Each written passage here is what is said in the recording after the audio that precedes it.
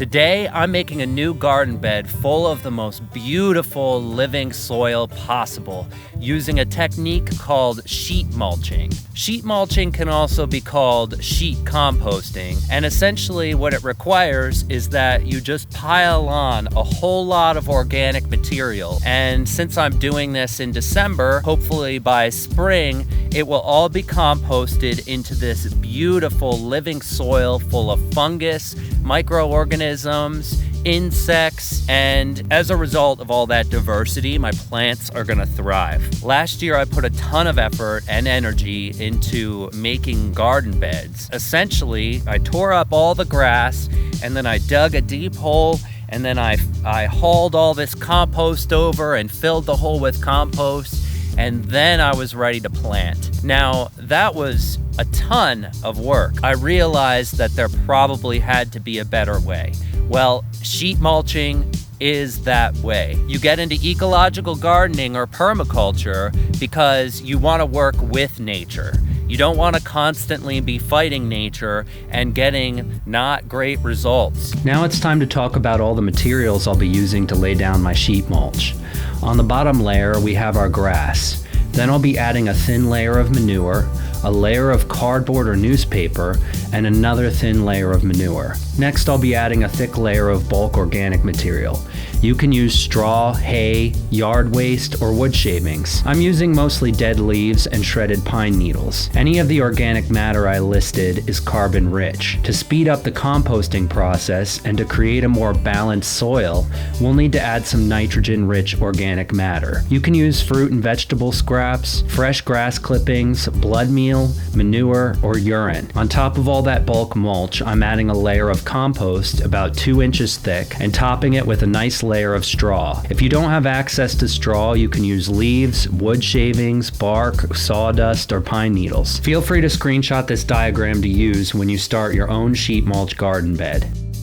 Let me show you how I built my sheet mulch pile and explain in greater detail how this should be done. The day before you sheet mulch, it's important to water the ground thoroughly. All the bacteria, fungus, and insects need water to transform organic material into rich soil. Once this pile is finished, it will take a lot of water to saturate the ground beneath, so it's crucial we saturate the ground before we start. Next, I added some soil amendments. I had the soil tested, and I'm adding amendments that will increase the soil fertility. If you didn't get a soil test or you don't understand what to add to your soil, it's not the end of the world. As our sheet mulch composts, we'll be creating a nice layer of nutrient-rich living soil, which if you ask me, that's the most important part. Sometime in the future, I'll make a video about soil tests and natural soil amendments. Now it's time to loosen this compacted soil a little bit. All I'm doing is pushing a spading fork into the ground and prying it up. This doesn't have to be difficult. All we want to do is loosen the soil a little bit to let in moisture and oxygen so roots can penetrate and so that worms and other insects can move around more easily. In the past, when building a flower bed,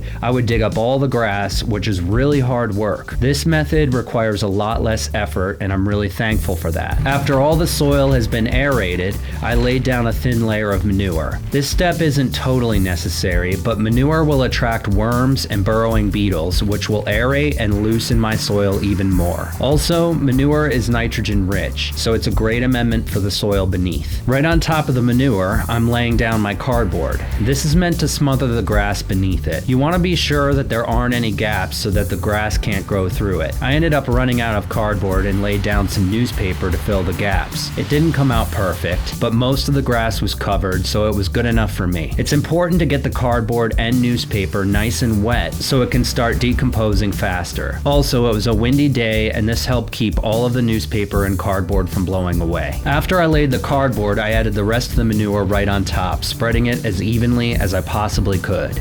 Now it's time to add an 8 to 12 inch layer of compostable material. I had a bunch of trash bags full of chopped up leaves and pine needles I'd been saving throughout fall. The area of this bed is about 150 square feet, and it took a massive amount of organic matter to fill this space. Don't underestimate how much mulch it will take to sheet mulch your next flower bed, and definitely don't skimp on the mulch either. All of this organic material will break down so fast, and you will wish you would have added 8 to 12 inches. All of this brown organic material I I added is carbon rich, and to create a balanced soil, I'll need to add some nitrogen rich organic material. I don't have enough of any of that on hand at the moment, so when I get the chance, I'll buy some urea from the garden center and add that to the pile. Urea is rich in nitrogen. It will speed up the composting process, and the plants I add to this bed in the spring will be a lot healthier with this important nutrient. Now it's time to add a 2-inch thick layer of compost on top of all that organic material. Doing this will introduce a variety of microorganisms, fungi, and insects to my sheet mulch, which will start the process of breaking down all this organic material. If you don't have enough compost, you can add compost mixed with whatever soil you have on hand. You can also substitute manure if you don't have any compost. It's important to not skip this step. Given enough time, all your organic material will break down on its own, but with compost, it will break down a whole lot faster. At this point, all that's needed is to add a layer of mulch on top of all that compost. I'm using straw because it's cheap and easy to find where I live. This thick layer of straw will block out sunlight to the layers below, and it will trap in moisture, which creates the perfect conditions for this pile of sheet mulch to begin composting, creating the richest and most beautiful living soil. To finish it off, I put the sprinkler on top of the pile and let it run for a couple of hours. So this is my finished sheet mulching pile, and as I said before, to kickstart the composting process, we need to add a source of nitrogen. Now, I picked up urea from the garden center thinking that it was an organic fertilizer. It's not.